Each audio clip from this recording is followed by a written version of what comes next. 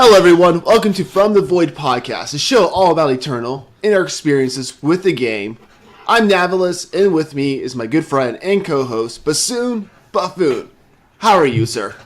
Good morning. I'm good. I don't have anything big to report this week. Just waiting on that sweet new content. Yes, we're gonna get into that later this morning. And then the next 30 minutes or so we'll get into it. But we have a guest with us from across the ocean. At least for Which us. one? Which ocean, Navilis? The Atlantic. The Atlantic. Well, I guess it has to be, right? It's too early. So I don't know. You can go through the Pacific, but it's a longer trip. Yeah, I was thinking if we go like Gulf of Mexico. Yeah, I was thinking the scenic route. Yeah, I was thinking honestly, Gulf of Mexico, the Panama Canal. Then we just travel around there. Go the nice long way. But anyway, anyway, this is not a podcast about your wanderlust, Navilis. Okay, but if you can make it on budget, you can go with the scenic route. Let's just swim across the Atlantic for now. Okay. We'll go that way. But we have this awesome guest who is part of Team Ringstar, who likes to draft, who likes to play some crazy decks, and we're going to talk about one today. We have. I'm going to try and pronounce his name the right way, so if I butcher this, okay, here we go. All right. We have Calebovitsch, right? Is that pretty close? I did, okay. Practice pays off. Oh, the man. whole pre-show, dear listeners. Oh, I was practicing in my mind the whole time, just like, okay. Yeah, like 45 minutes of Calebovitsch? Which Caleb? Calebo what? So I'm just going to he said a bunch of, just swear words on accident at one point. I don't even know how he got there. I don't know in which languages he was talking. Maybe we should hire an exorcist or something. That... He was talking in tongues. Something... Never mind. I was going to say something, but no. All right, let's move on here. So thank you for joining us. It's great to have you on, and so let's get into our weeks of Eternal. But soon, how's your week been in Eternal? What did you do this past weekend? How things go? I had a pretty average showing in the ETS Invitational. I was pretty bummed about it, but people kept telling me I did a good job. So let's split the difference and say I did an average job. I went 3-4 in Swiss, which is like peak averageness. But I was one game away from making day 2. I just punted. I punted a couple of games away to not make day 2.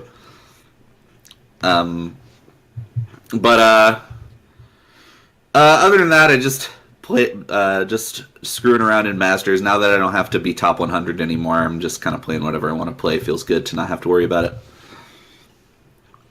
Cool. And so, Caleb, how about you? I hear you play draft, Caleb, and I won't hold that against you. But usually that's the mark of a bad person on this stream. Yes, it is. sorry, something's stuck in my throat. Yes, it is. Yes, I mean, this month I have tried starting the month with some ranked because I have to get to top 100. I've gotten to top 100 master in drafts for 2 or 3 times already. And when it comes to ranked, no, I make it to master and that's it. And when it comes to drafts, I started on the 5th or something like that. I had a good run when it comes to drafts at the start of this month. I went 7-0, 7-1, 7-2, 7-1, 6-3, 2-3, and then went to master. So something like 5 or 6 drafts in, I already hit master. Dang, that's crazy. I've never hit master in draft.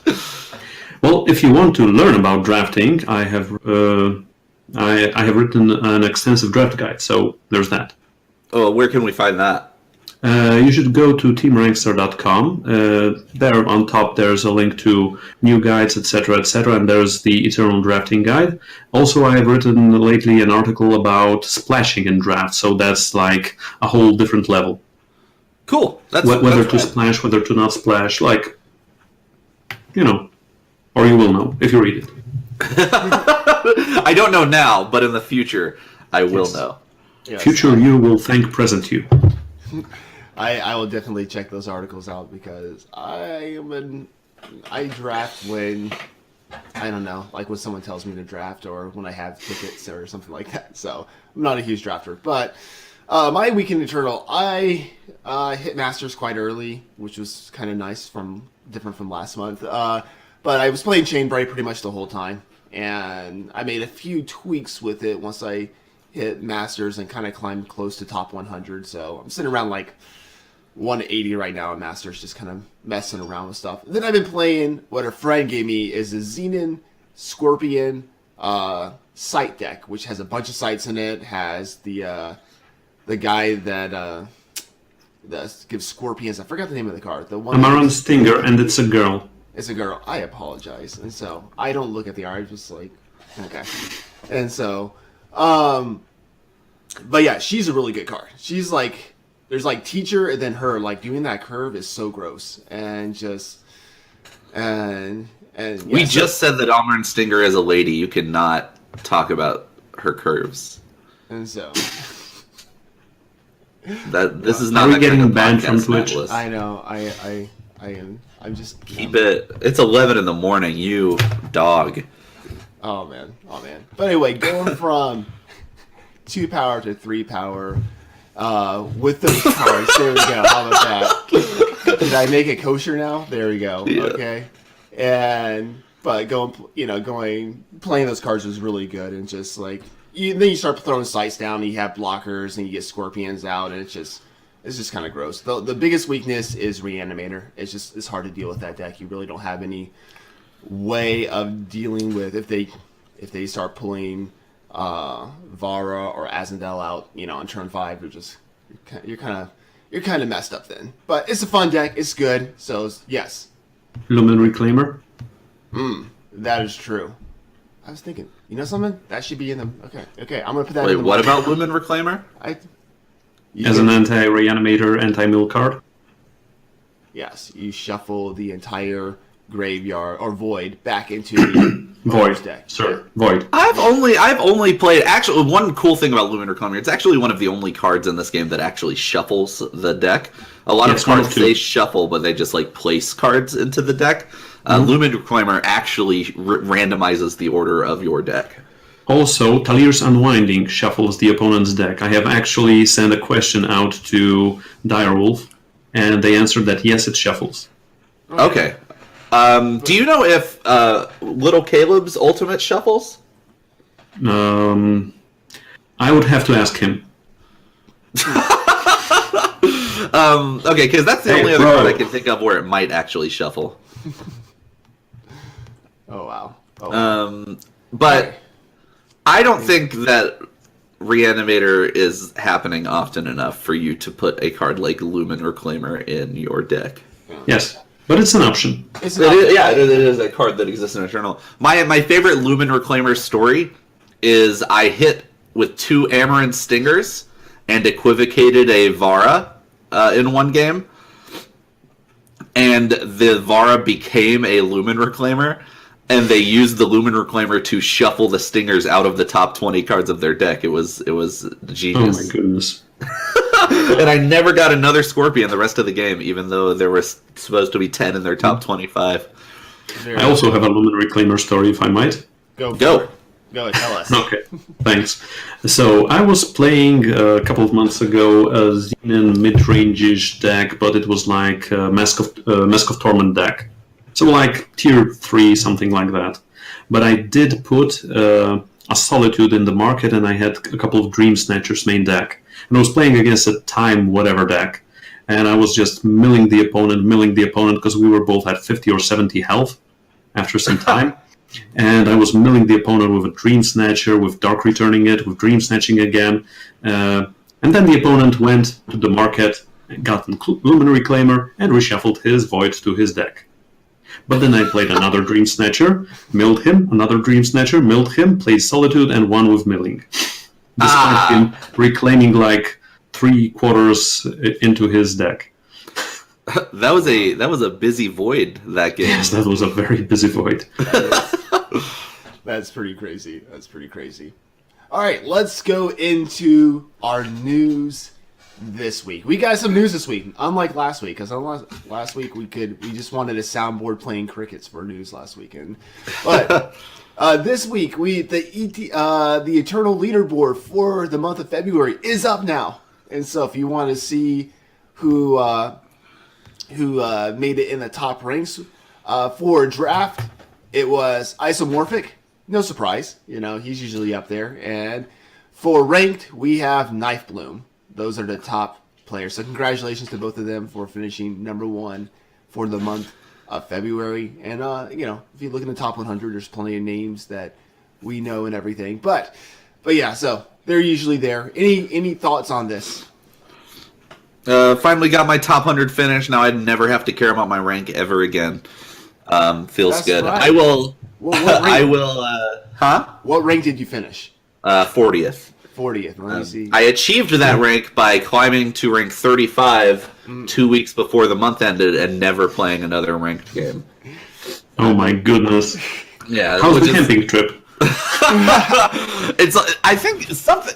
I appreciated that I went on one hot streak and didn't have to play the game again for a month. But I mean, I like playing the game, so it was kind of especially when I streamed. I had to do a bunch of draft streams, and I was just my word! Bassoon was. Friend of the show, Grimfan, actually Self-flagellation. messaged me after one of my draft streams and said, like, never again. That was terrible. Please don't draft again. You're so bad at it. So, by your story, you mean that the developers of the game want to encourage people not to play it, to camp out. That's a bit strange, isn't it? At least the best players. Yes, I appreciated that I only had to go on one mega hot streak, and you hear about like Hearthstone ladder, and it gets really toxic, and like everybody pulls like 36-hour campaigns at the end of the month to try and get top 100 or top 10 or whatever, and I'm glad I don't have to do something like that. But there's got to be like a middle ground, right? Hmm? Between me being like the dumbest decision I could have made would have been to queue a game of Eternal, and to have to not sleep for 3 days and fight tooth and nail to stay top 100. Yeah, there needs to be a balance, but no one's really figured that out yet. This is better than the other way. I Yes. will give them that. This is the preferable Yes. thing. But, Yes. good things can be made better. You at least you can sleep at night, right? Towards the end of the month, right? So Yeah. it's not how. So, but yes, so that's the leaderboards for then. Then we have the next qualifier accompanying the wrong one here. Wrong one. We have I believe I had it ready. It's the Eternal Championship Qualifier Homecoming is coming up. That is, I believe, this weekend. Are you going to be playing it, Yes. Bassoon? And Caleb, are you guys going to be playing in it at all? Yeah. I have my decision narrowed down to a couple of decks, and Okay. Cool. we'll work on those with my teammates for the next few days. Nice. Well, I Okay, wish- I have my decision that I will play it. I have absolutely no idea what I'm going to play. Don't play the deck you brought today, is all I've got to say. Why not? Well, look, if I won with this deck, they would have to nerf a certain card that is in the market for sure. The 7-cost one. Yes. So, but yeah, I wish both of you luck this weekend and so Thank you. would love to see both of you in the top 64 and going on to Sunday and stuff. So, all right, wish you both luck on that. All right, the next thing we have, the ETS had their season 1 invitational top 16. What do you guys think about this? Anything that stuck out of you for basically any decks or anything? It was a lot of wind chest again. Yes. And from what I was just looking at it, there was some, I think there was temporal control, basically chi peaks. What else? Yeah, there was more control than aggro. Yes. Haunting Scream did take it down, Dr. Yes. Pringles, so congrats on that. But yes, he played the meta well, but there was just a ton of temporal control, Elysian Maul. That was a good choice playing Maul, just if you knew there was going to be control. But yeah, Bassoon, any thoughts on this? I think Dr. Pringles is obviously a very, very good player. I usually lose to him when we queue. But this rhetoric that is like, look at all these idiots who brought like FTP and FJS, and they lost to the only person brave and smart enough to bring at quote unquote aggro. I still don't think Haunted Highway really qualifies as the kind of aggro deck I want to be playing, but it's closer to like mid range combo-y bullshit than it is aggro. But those matchups, the FTP and the FJS matchups, are usually coin flips. they are pretty close. I've played some amount of Haunted Highway, and I played quite a lot of FJS. And those matchups are very coin. It did not look that way because in the finals, Pringles. Somebody on our team said Dr. Pringles drew like he was the protagonist in an anime, and yes.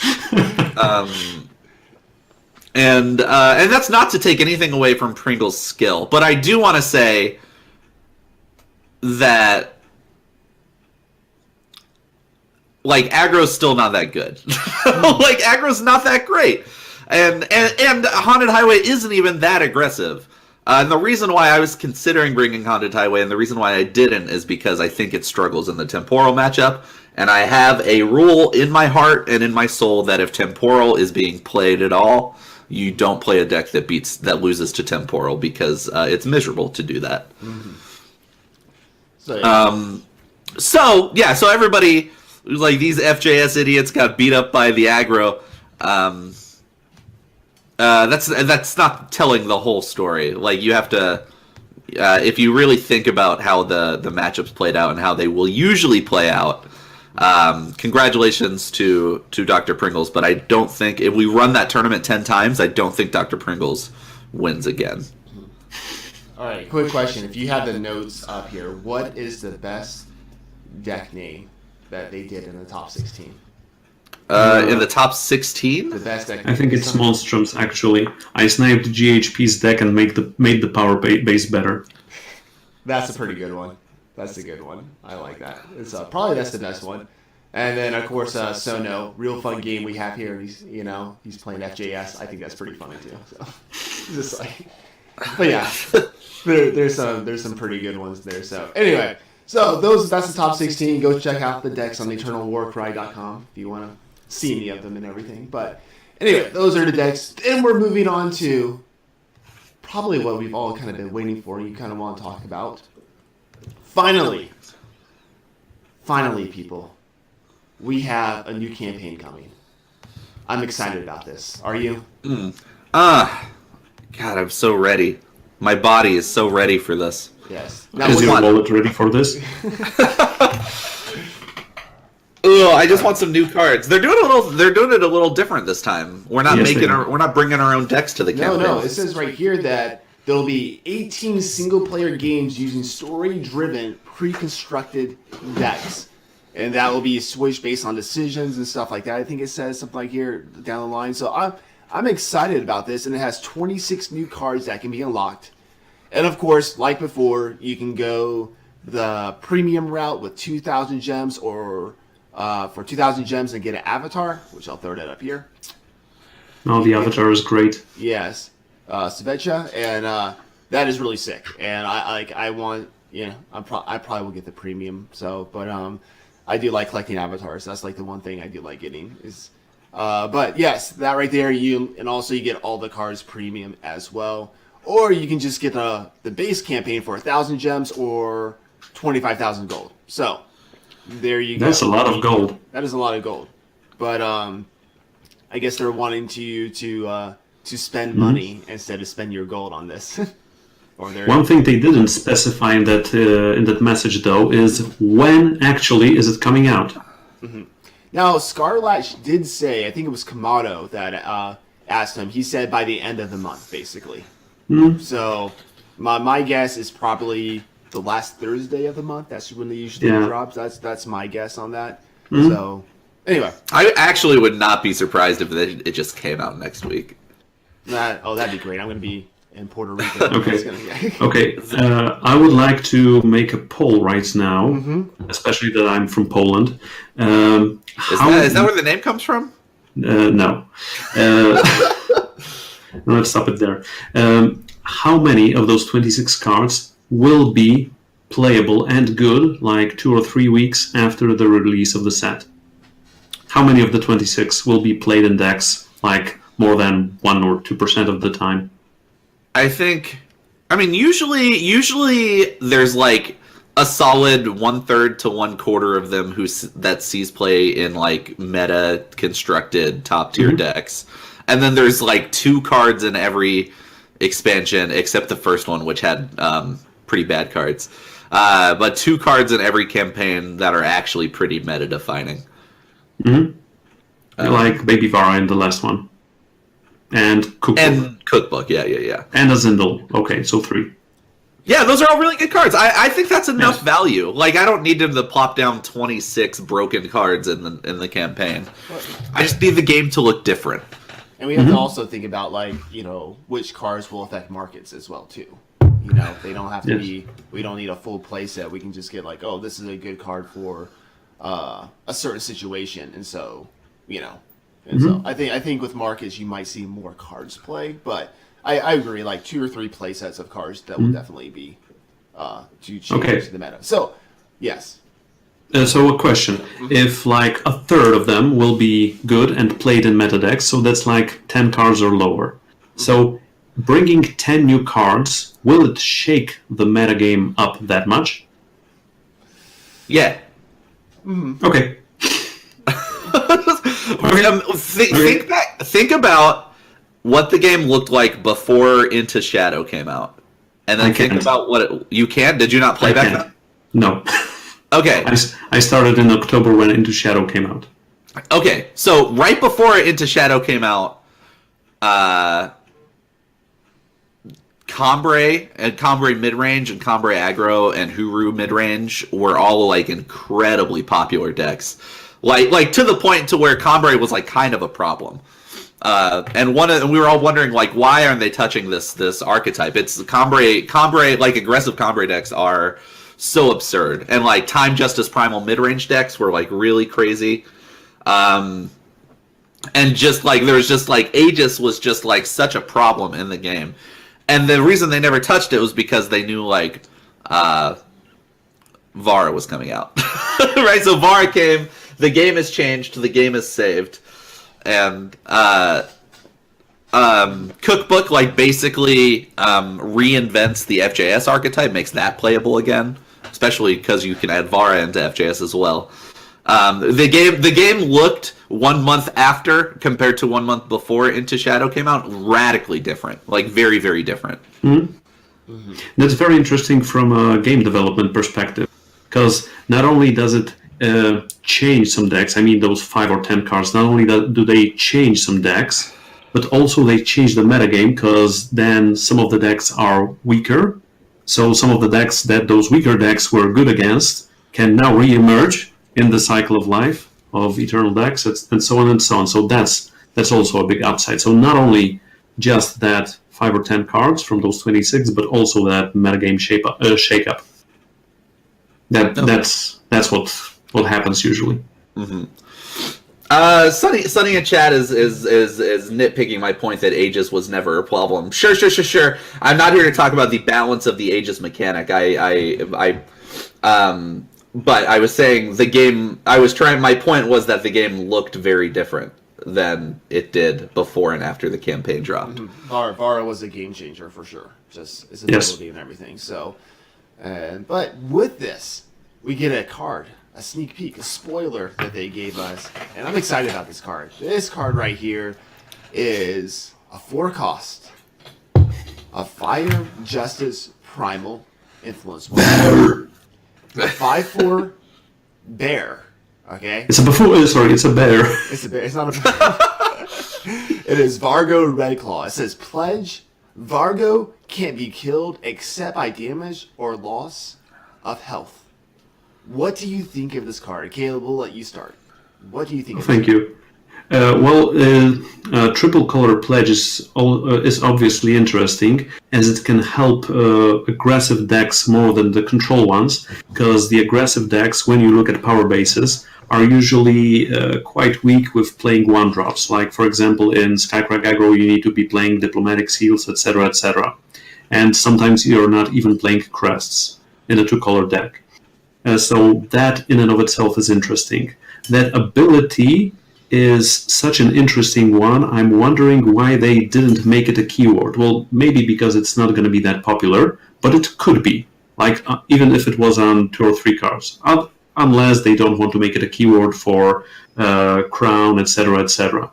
But this ability is very interesting, because not only does it stop it from being slain or harsh ruled by your opponent, it also stops it from being harsh ruled by yourself. Yeah, that's what. So one of the developers of the game in Discord, a summation of it was put on Twitter by our podcast rival and former guest Neon. That basically just said, if you think of a thing that's not battle combat damage or like spell damage that kills this unit, it cannot kill this unit. You can't sacrifice it with Combust. You can't. If your opponent plays a Vara, Vara automatically gets the buff. You cannot choose to sacrifice it to Vara. You can't devour it. It does not die to anything other than damage. So then people's immediate next reaction was, okay, what happens if I Haunting Scream it? Because that's the first thing people ask about any unit that costs 4. And it will not die to the end of turn Haunting Scream effect, which is hilarious. So then people's next idea was 4 factions Scream, which is a pea-brained idea. The galaxy-brained idea is Felm Scream and just discard the idiot. Play it on turn 2 with Scream. You have a 2-drop 5/4 flyer charger that never dies. There's no reason to put 2 extra colors in your dumb Scream deck. Just unless it's green and you're playing with Privilege of Rank. Yeah. Okay, I'll give you some Privilege of Rank. I think in Film Berserk the Privilege of Rank is maybe a little too slow, but if we're memeing, we might as well meme all the way. Oh, I could just think. Oh yeah. Buffing this up with weapons too and everything. You don't have to fear harsh rules or anything like that. Cold blood, just like, try to kill it with damage now. That's. So now, my biggest problem with the card is, now, these temporal idiots are going to just splash the 1 fire card, so they're the only one with a bear on board after all their 8 harsh rolls or whatever. Mm-hmm. So, that's a bummer. They keep creating cards to beat temporal, and temporal will keep adapting and co-opting these cards to always make our games less fun. Like a virus. That's what they're playing about. Temporal virus. Oh man. And so, but this card is really good. What is that weapon? The 5/5 that gives overwhelm. The plate. The plate. Oh my goodness! You're gonna see a lot of that. Like renown Ixtun. Is that faction called Ixtun? Yeah, Ixtun. I think yes. We're an eternal podcast, by the way. So I'm real bad at the 3 faction names. So I think Ixtun Renown will be like much better with this card. It's pretty close to being decent with Aya or Anaya, and just like it's like pretty close. I've seen a lot of my friends have come to me with brews in those factions of just like aggressive / mid-rangey decks with Renown stuff, and I think this card fills a pretty important role in that deck, and it'll be good. It'll be fun. I think because it costs 4, it's a 5/4 with this basically with everything. It's, as we say, if you played Magic, it's pseudo hexproof, But with that right there, not really. Not really. Pseudo hexproof. Okay, you're right. I'm sorry. It's kind of like hexproof in a way that you only can damage it. You have to play damaged. like only by loss of damage, except by damage or loss of health. So really, you can't play like harsh. I'm sorry, I meant like harsh rule and stuff like that, Okay. like things that can kill the creature outright, just like a spell. That So semi-indestructible. yes, there we go. Thank you. That's what it was. Semi-indestructible. And I even haven't been playing Magic for 10 years now. So Okay. And so I haven't played Magic in a couple years, so there you go.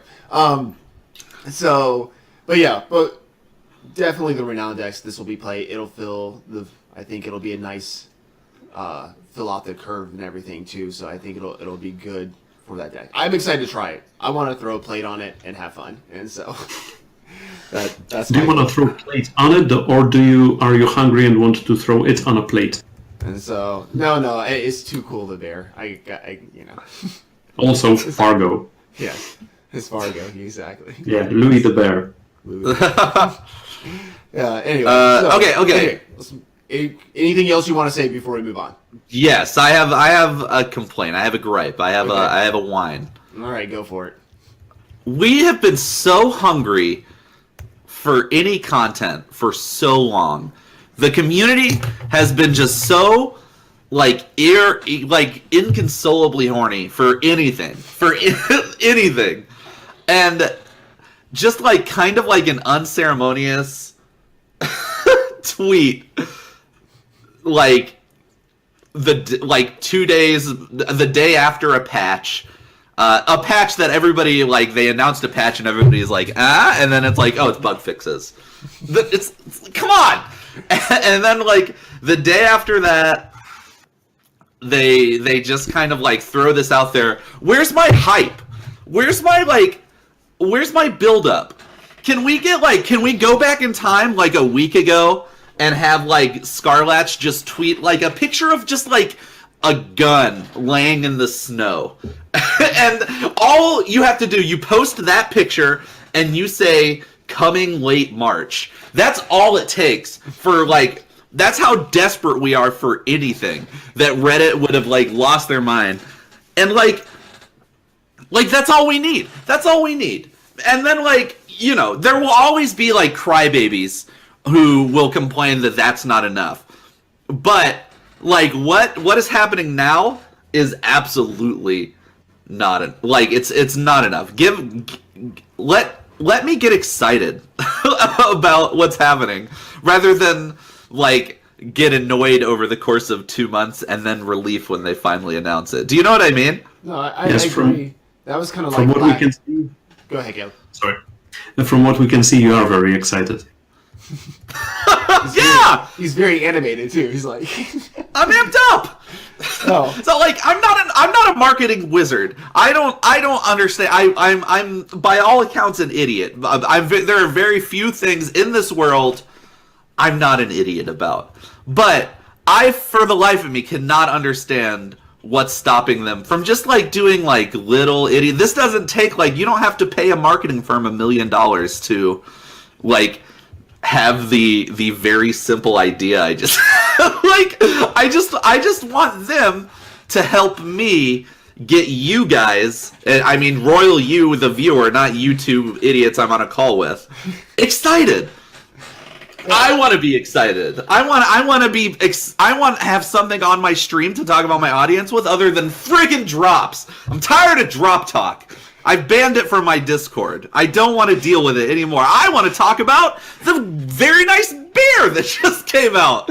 So give me something to talk about, game. Did he say you said you wanted to talk about beer? I would rather talk about beer than a lot of the stuff we talk about on my stream, to be honest.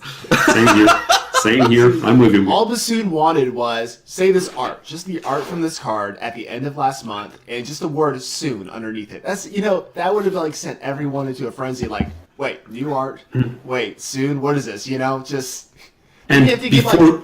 Go ahead. And before the soon, there should be the bass. Yes, also, please hire me and pay me to do a lot of things. Any company that's listening. I tell you what, if Bassoon was in charge of the marketing of DWD for Eternal, it would be a wild ride. And so, it'd be great. Listen, one Reddit boy comes at me with sass, I would get fired from that job. like the first time. Hey, it would be a great 24 hours. Okay, it's just like. And so, but yeah, so I'm excited for this. I've been waiting for this. We all knew it was going to happen in March. It was just like just give us more tidbits and then just saying, oh, in the middle of March, by the way, yeah, you're right. There's no hints. There's no like little tidbits. There's no nuggets. There's no breadcrumb. Just a tweet. And they just like a tweet with a bear, and just let me titillate me a little bit. Buy me dinner. You do get those monthly stories, and they were building up to this whole homecoming Queen Svezia things. I mean, That's not content. That's lore. Content. Okay, that's lore. Okay, It's lore. I want lore. Get me excited about in-game content. I don't care about the lore very much. I'm not interested in it very much. I am interested in the way that like when somebody like talks to me about it, I'm like, oh, cool, interesting. But like these like monthly posts like aren't. That's not marketing for the game. That's not getting me excited for new content.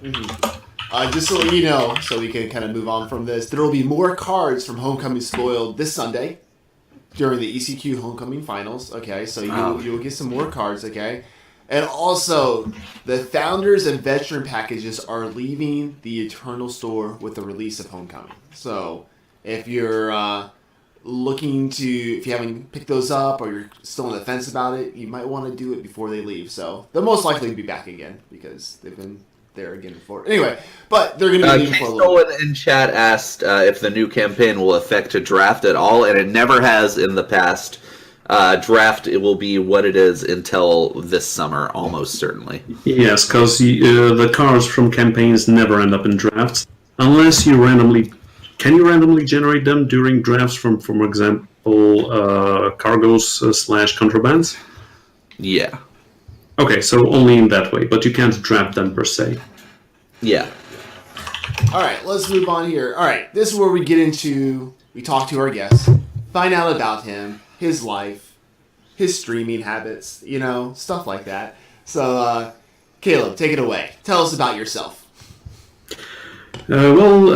Fortunately, Sir pronounced the name correctly. It's Calebovitsch, or Caleb for short.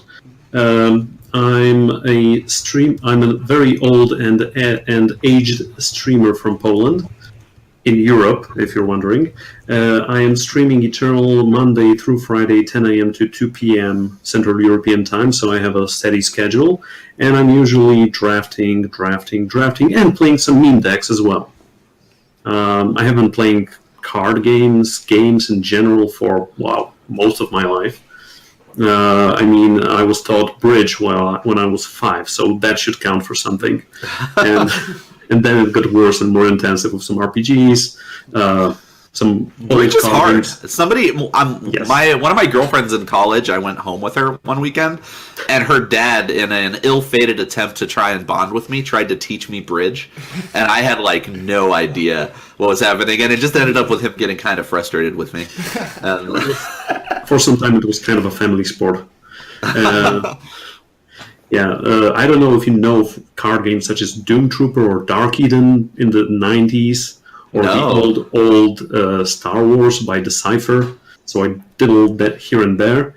I've been playing Magic the Gathering since 97 till 2009, playing in some tournaments, like Grand Prix, Pro Tour, a couple of Pro Tours, a couple of Worlds. So yeah, there's a lot there. And recently, a lot of online card games like Hearthstone, like Heroes of Might and Magic, Duel of Champions. That was a great one. Unfortunately, rest in peace. What else? Hex. Have you heard about it? Yes. Also dead. I dabbled in that, then I was like, no. Okay, go ahead. Then Elder Scrolls Legends and October. And when I started going Eternal, I never looked back. Yes. And so you came from a pretty varied background there. How long did you play Magic the Gathering for? Just curious. 12 years, like 10 or 9 of them competitively, like heavily competitively. Like national championships, I made like 5 top 8s Nice. or something like that. Very nice. But it was back in the day, so Yes. everyone has forgotten about me already. Magikarp in chat says that he played the Star Wars game as well. He had an Ewok deck. Oh. I think I played it for like 2 or 3 games, but I remember about it. Are Ewok decks the Yetis of Star Wars, Magikarp? Please let me know in chat. Also, news break. I read on Reddit this morning that Wump is bugged right now. Oh.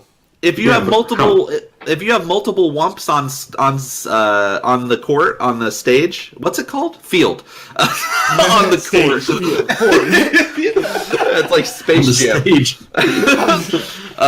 If you have multiple Wumps out and then you play another Yeti, you only get 1 snowball ping. You're supposed to get 2, but 1 per Wump. Oh wow. That's like one of the reasons to play Yetis, are those Wump pings, like give you a little bit more reach against like mid-rangey decks than like normal Skycrag would have. Yeah, sometimes, they just need 3 damage, you don't have a torch, but they have 3 Yetis in hand, and they just, like, play them out, and it's like, ping, ping, ping, you're like, okay, yes, I've had that happen. I've done it to opponents, but Wump is a fun card to use. Not anymore, it's bugged, it's dead! Delete the game! Eternal's cancelled! Well, they'll fix it, just I like... found a bug in a game today. Just like they'll give you a good 2-drop Yeti bassoon, so, Sure. Yeah, I also did find a bug earlier in a game today, and it was a strange one, and it was a hilarious game, by the way. I was playing a Skycrack Cradle deck, like a fun deck, with Calderon Cradle, making dragons, etc., etc. And I put one, I didn't have like a riddle game from a list a viewer sent me. I put in Knucklebones, obviously, for the memes. Of course. And then I played Knucklebones, and the opponent boarded it. I still managed to win that game like 15 turns after, but there was a strange interaction when the opponent had the 3/2 sharpshooter that gets bigger, that war cries for its worth when it gets renown. I played Bloodlust on it, and I got it, but it didn't get Berserk. Weird. It was a very strange interaction. Yeah. That is an interesting one. See, that you might not come across like ever. Yes, but that one doesn't come up. I rarely come across bugs in a game unless it's like any of the popular cards that are being played. That's just the popular bugs. The popular bugs, And so that's good to know, because if I started playing my Skycrag Yeti deck today and Wump was messing all up, I would have been like, "What in the world? This game's horrible." No, I'm just kidding. Okay. Another quick question. Since the update, have you guys noticed that Eternal takes way more of your CPU usage than usual? No. I think I've noticed it a little bit. It's like, I'll have to mess with it like more today, because I only played a little bit yesterday, like when the update. But I think it does. Like, since the update, I play on a Mac, but since the update, I've had some small connectivity issues. Just like every few turns, I'll just get that like yellow triangle. And then like my computer last night, I was playing and my computer got really hot, and I looked at like my task manager, and Eternal was using 40% of my CPU. So that's something to keep an eye on out for, dear viewers. Yes. So, all right. Any other things that we go on before we want to talk about Caleb's deck of the week? Oh my goodness! Here it comes. Huh? Here it comes. Here we go. Okay, yeah. Let you died. I died? Yeah, you're back now. I'm back now. I am back from the void. Oh no. I pop in and out sometimes. Okay, anyway, let's go right here. Let me bring up the deck here. I gotta. Oh my goodness! So this deck right here, he sent it to me, and he put it in our channel, and I looked at it, and my first thought was, what am I looking at? And then I started reading the cards. It's like I had to put my mouse over them to like see what the cards actually did, because I don't play these cards sometimes. Then I'm like, I still have no clue what this deck does.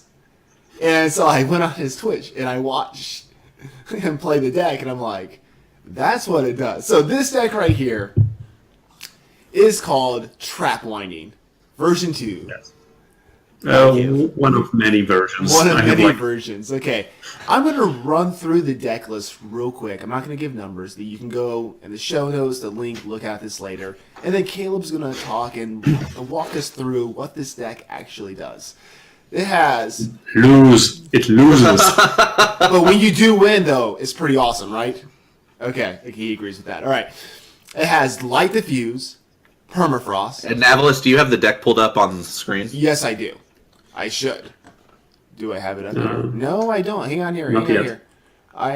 We are having technical diff. It is up there. Flamebreaker. See, yes, I do. It's up on the screen. It should. All right. Okay. Yes. All right. It has Light Diffuse, Permafrost, Seek Power, Torch, Equivocate, Flame Belcher, Read the Stars, Teacher of Humility, Amaran Stinger, Howling Peak Smuggler, Lunar Magus, Black Iron Manacles, Unexpected Results, a bunch of sigils, then we'll go to the market, Boar, Haunting Scream, Torrential Downpour, Iceberg Scattershot, Talir's Unwinding. Alright. What does this pile of cards actually do? Go for it.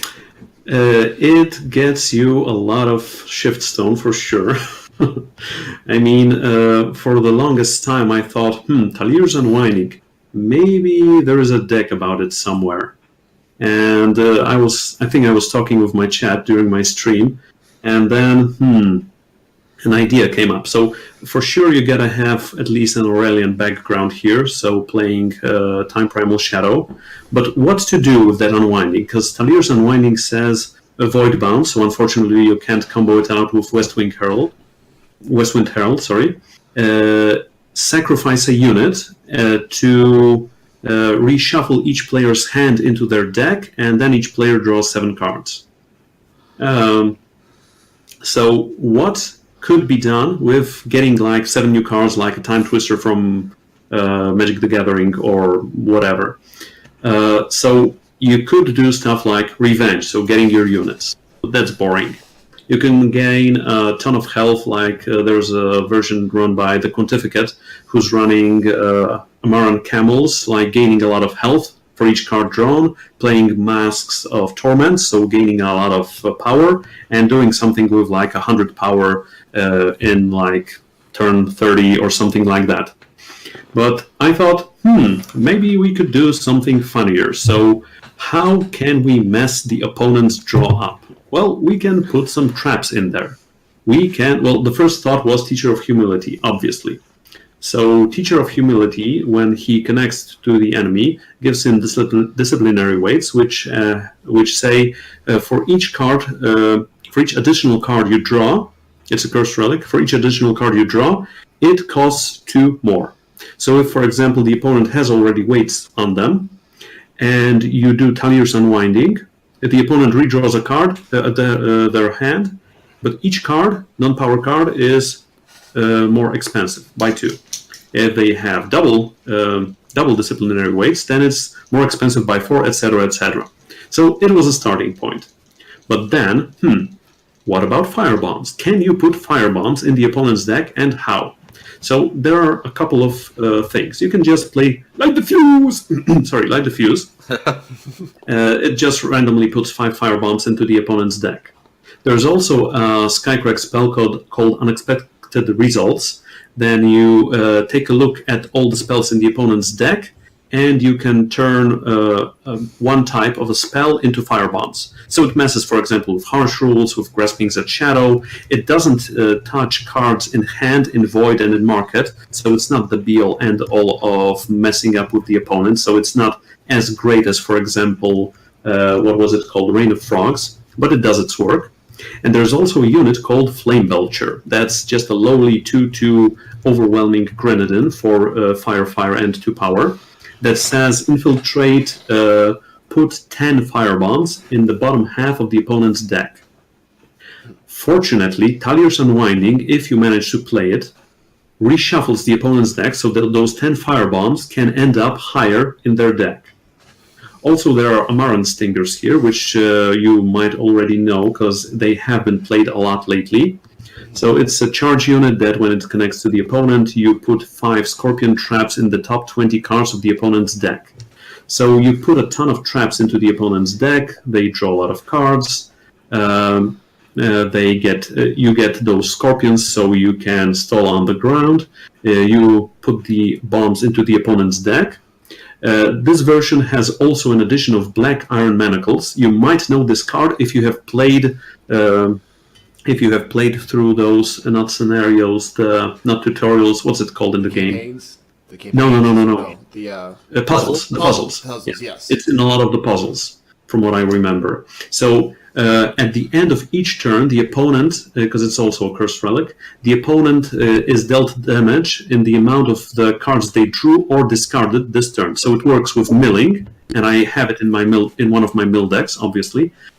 But it also works for each card that the opponent draws. So, for example, if they draw a trap, like a Scorpion trap, and they redraw another card, so it deals 2 damage to them.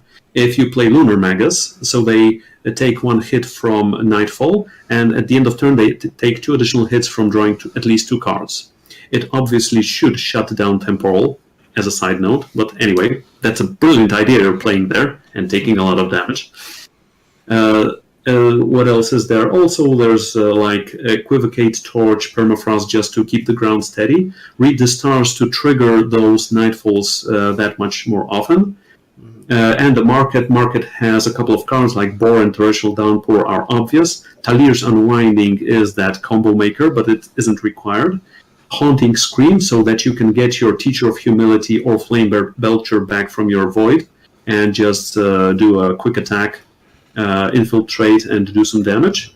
And Iceberg Scattershot, so that card says it's a Red Yeti that each time you play a unit, it deals 1 damage to the opponent, which on the spot triggers all the infiltrates, etc., etc. So if you have Scattershot in play, if you play Teacher of Humility, the opponent already gets those disciplinary weights, etc., etc. So, by the way, this deck has like a 10% win rate. So it is good on paper. I am still working on it, on some versions of it. If you have a very heavy, for example, defensive core, like a very controlling core, that Light Diffuse / Results / Teacher or Flame Belcher can come in like as a 15 or 20 card package, just as a plan for a control deck. Also, this deck can just win by aggroing with Teacher and Stinger and Lunar Magus, so that's happening sometimes. But I did manage to win a couple of games with playing Talier's Unwinding. I have them recorded somewhere. I have to put them up finally on my YouTube channel, but it's going to take some time. From the best games I have played, one for sure stands out. I was playing against, I think it was Genef Peaks or something like that, and the opponent played out 4 Howling Peak Smugglers. And Howling Peak Smugglers, aside from being good merchants, say your spells deal 1 additional damage. And the opponent was at 9. And he drew a firebomb. For 9. And it was a good game. Yeah, that is a little known interaction, is that firebomb damage is buffed by Howling Peak Smuggler. So yes. Be wary, dear viewer. Be wary if you play against this deck for some reason. I believe that's one of the Twitch clips I saw on your channel, was that one. I was like, that was pretty good. That was good. Yeah. Yeah, I like my meme decks. Yes. Okay, so the power base is horrendous for sure. The base of the deck, I mean, this is just an idea for the deck more than a deck in and of itself. I have played as high as 5 color combinations, splashing Justice for Harsh Rules, even. Currently, this deck does not work as well as I am hoping it will. It's lacking some defensive 2-drops for sure, and some sweepers, in this version at least. But in general, if you're playing casual and you want to do something funny, I think you can just go for it and have a great time. Hope the opponent has a great time as well, and draws as many traps as they possibly can. Also, there was a another funny game when I think it was against FJS, and the opponent had drawn a couple of Joes. And, ooh, I have a treasure trove. Let's look in the treasure. Ooh, a scorpion. Ooh, a firebomb. That's bad treasure. That's pretty good right there. So from playing treasure trove, they drew 2 traps and then just drew their basic card. So yeah, this is the deck. As I said, it is not the greatest, but I like my decks, and this is one of them. Okay, so I want to talk about my favorite interaction from this deck. Is the potential of getting Amaranth Stingers to connect, and then you fill their deck full of Scorpion Traps, especially if you hit 2 Amaranth Stingers. And then those Scorpion Traps are spells, so then you get unexpected results, and you can actually turn all those little Scorpion Stings into giant firebombs. Yes. And I think that is, like, obviously this is not a competitive deck, but that interaction, like, maybe there's something there.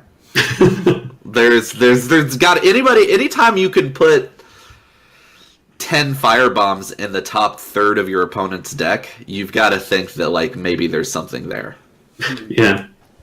Well, I mean, you could do, like, more Screams main deck. You can do Unwindings main deck. You can play regular Merchants instead of Smugglers and have, like, more Unwindings in general. So there's a ton of ways of building this. I mean, the core is just, like, doing Unwinding with Stingers and Light Diffusers and Firebombs, etc., etc.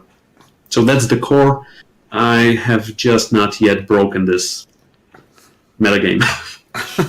I mean, it's hard to break a deck that's already in 4 colors. So, of note, though, as well, dear viewers, when we're talking about Black Iron Manacles, you're forcing your opponent to draw a lot of cards with Firebombs and with Nightfall and the Destiny. I mean, the Destiny spells from Amaranth Stinger are 2 cards, two pings from Black Iron Manacles. So you're not just hitting your opponent for 1 a turn. You're on average hitting them for more than 1 a turn.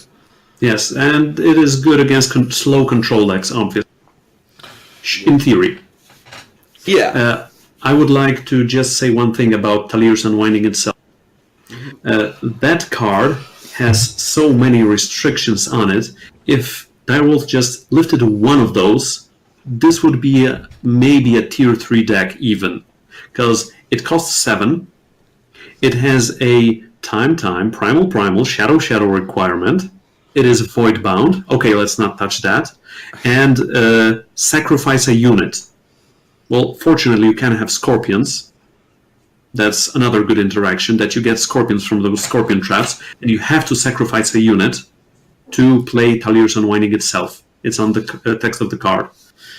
So, for example, if they lifted that, it would be a bit better, because, I have managed to get a good board situation, good trap situation inside the opponent's deck. I drew an Unwinding, I had no, and I lost. But after the reshuffle, the opponent gets at least 7 chances of drawing firebombs. Also, please remember, dear viewers, that if Talir's Unwinding also resets their void, so also shuffles their void back in their deck, so all the scorpion traps, all the firebombs are back in. Cool. Yeah, I mean, it looks fun.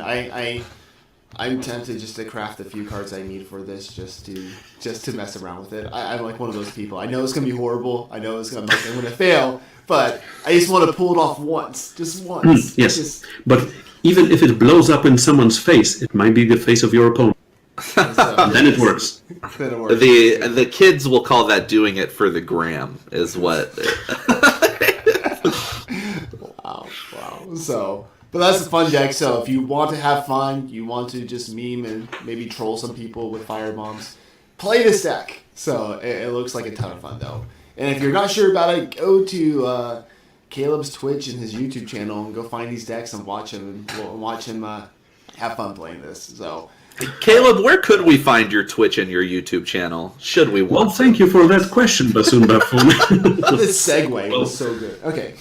Yes, it was so natural. Fortunately, my nickname so unique that anywhere you type in Calebovitsch and you have it on screen, so write it down, children. When you type in Calebovitsch in Twitch, on YouTube, on Reddit, even a couple of posts anywhere on Discord, on Eternal Discord, on my own Discord. So I'm always there. So it's, for example, twitch.tv/Calebovitsch. Well, on YouTube, it's not that easy, but you know how to search YouTube, right? Right? Do you? That's presumably how they found this show. So Probably. Exactly. So, what about you, Buffoon? Where can they find you on Twitter, Twitch, all that stuff? You can find me on Twitter at HumanVenipede. It's a hilarious tag. Don't at me. You can find me on Twitch at twitch.tv/bassoon. I am a very entertaining but infrequent streamer. But probably unless I win the ECQ this weekend, I'll probably be on this Sunday. Cool. So For hijinks. Got it. For all the jinx. Low jinx, mid jinx. Yes, and then you can find me on Twitter at WhatTheDeckHS.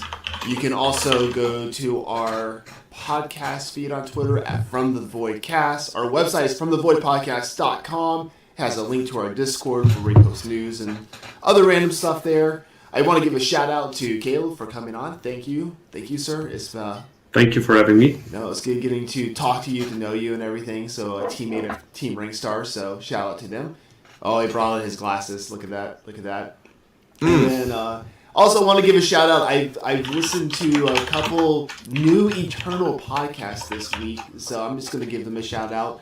There is the Misplay. Go check them out on iTunes.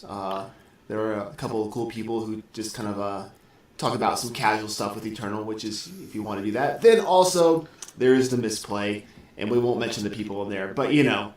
You mean the Eternal Struggle? Oh, the Eternal Struggle. I'm sorry, the Misplay. Yeah, you just said misplay twice. That's I apologize. in itself a misplay. That was a misplay. I apologize. All right, yes, the Eternal Struggle. I actually want to shout out. I thank you for reminding me. There is one other Eternal podcast that they touch on a topic that we never talk about, and that is draft. Because neither of us really play or like draft very much. Do you? No, I really dislike it. And I'm also not very good at it, so it's like a double whammy. But there is a podcast. They have like 10 episodes out. It's called Farming Eternal. I forget the names of the players who do it because their tags are both weird. But I've interacted with them both. It's called Farming Eternal. I listen to my podcast on Podbean. They are both very knowledgeable about draft, and they play a ton of draft. And they collect like draft decks from viewers and like talk about like they collect specifically 7-win decks from their viewers and talk about like why they were successful and like what factions are successful in draft. It's very, very good, and they're both really, really good guys. Farming Eternal. So yes, so check those out: the Misplay, the Eternal Struggle, and Farming Eternal. Check out those new podcasts and everything. So give them some listens. So thank you. But be sure while you're there to remind them that we're better than them. Yes. But as Public service announcement by Bassoon. And so thank you all for listening. And we'll be back next week from the. We will not be. We're taking next week off, aren't we? Are you taking next week? I didn't know. Okay, I'm gonna be kind of. If we do an episode next week, it will be an atypical episode. I'm not sure. We haven't talked about it, but we might. Will probably be taking next week off. I will be in Puerto Rico next week doing some stuff. So, but I will be back the following week for sure with a show. So, we'll figure something out. So, but anyway, thank you all for watching, and we'll see you either next week or the week after from the Void. Later, everyone. See ya.